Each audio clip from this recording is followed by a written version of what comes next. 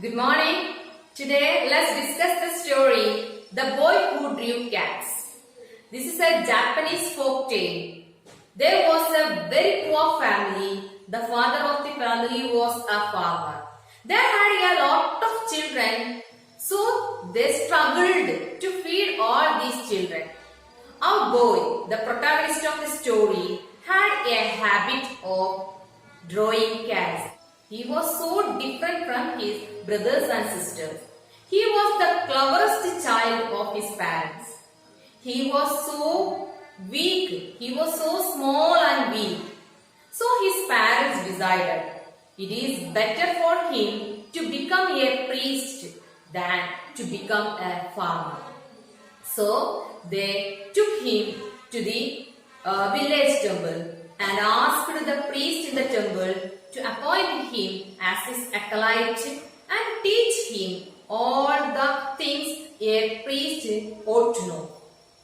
From there, the priest asked a lot of questions to the boy.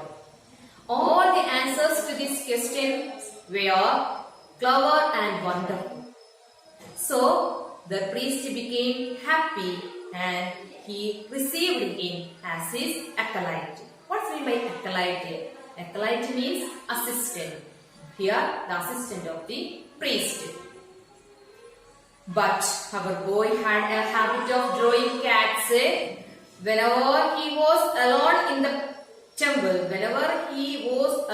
the temple, he drew cats upon margins of the priest's books, the pillars of the temple, the screens of the temple, the walls of the temple. Everywhere he drew cats. Several times our priest warned this boy. It is not fit for an acolyte. It is not fit for an acolyte. An acolyte should read books. But our boy could not control it. One day, this boy drew clever pictures of cats on the paper screen of the temple. At that time, the priest severely told him to go away from the temple at once. He was taking his things from the temple to leave that place. At that time, priest entered and advised him. The priest told him, I had a last piece of advice to give you. What is that last piece of advice? Avoid a large place at night and keep to small. Avoid large places at night and keep to small. Then the boy left the temple very sorrowfully. He was very afraid to go to his house because he was sure that his parents should punish him, or he has been disobedient to the priest. So he was sure that his parents should punish him for he has been disobedient to this priest. So he decided to go to the temple in the near village. Actually, this temple was closed because there was a goblin. What's meant by goblin? Goblin means supernatural creatures. Supernatural creatures. There was a large goblin. This goblin frightened all the priests away and possessed this place. But our boy did not know it, but he went to this temple. Then he reached at this temple late at night, and all the doors of the temple were closed. He waited there, expecting some of the priests come soon. No one is coming there. So he decided to push the door.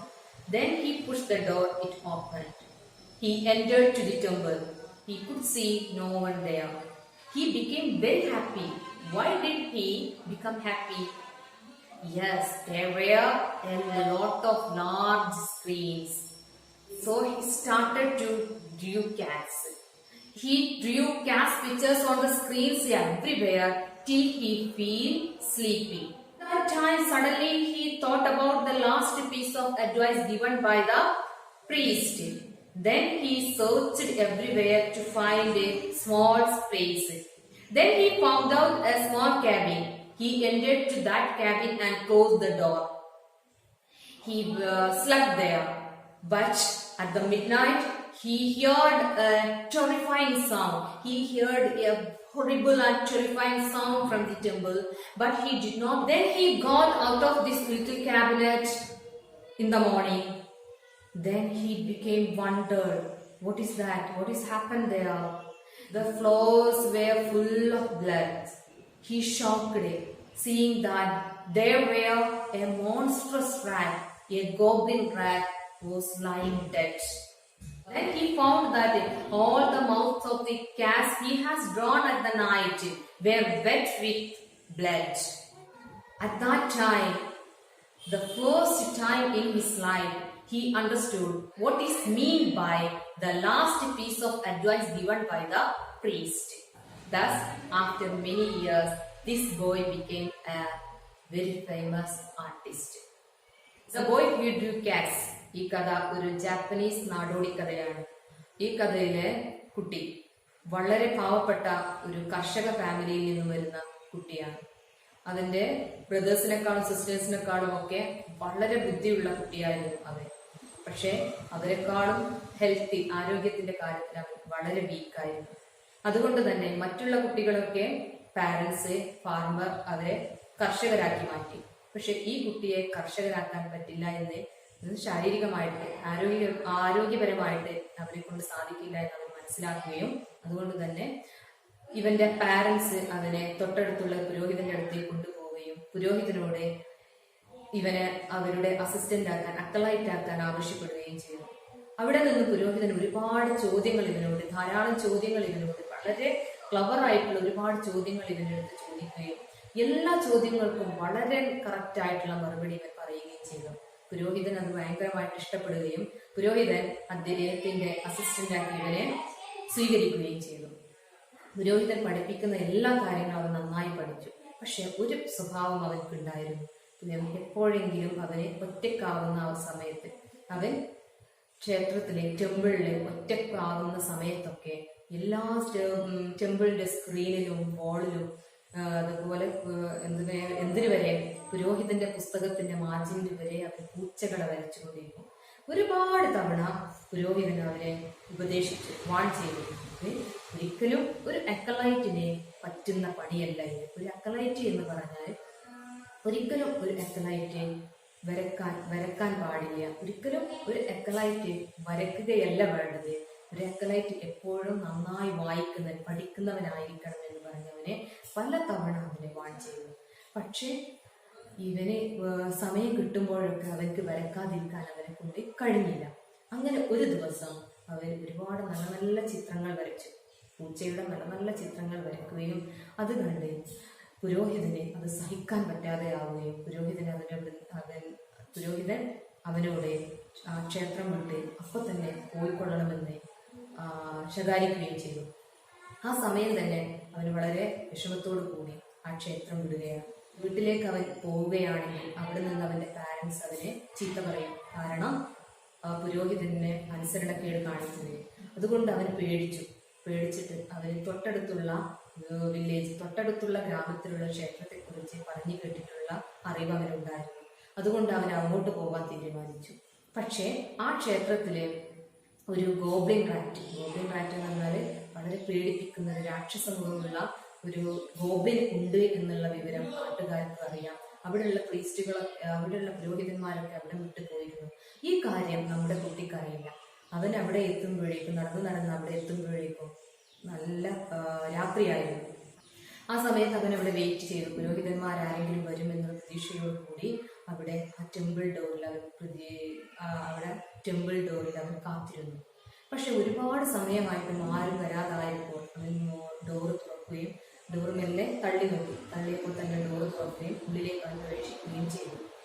അപ്പോഴാണ് അവനെ അവിടെ ഒരുപാട് സ്ക്രീനുകൾ, ഒരുപാട് place അവർക്ക് ചിത്രം വരക്കാൻ പറ്റിയ സ്ക്രീനുകൾ അവനവിടെ കാണുകയും ഭയങ്കര സന്തോഷിക്കുകയും ഒരുപാട് പൂച്ചകളുടെ ചിത്രം വരച്ചു. അവസാനം അവന് ഉറക്കം വന്നപ്പോൾ ഒരു സ്ക്രീനിന്റെ അടുത്ത് കിടന്ന്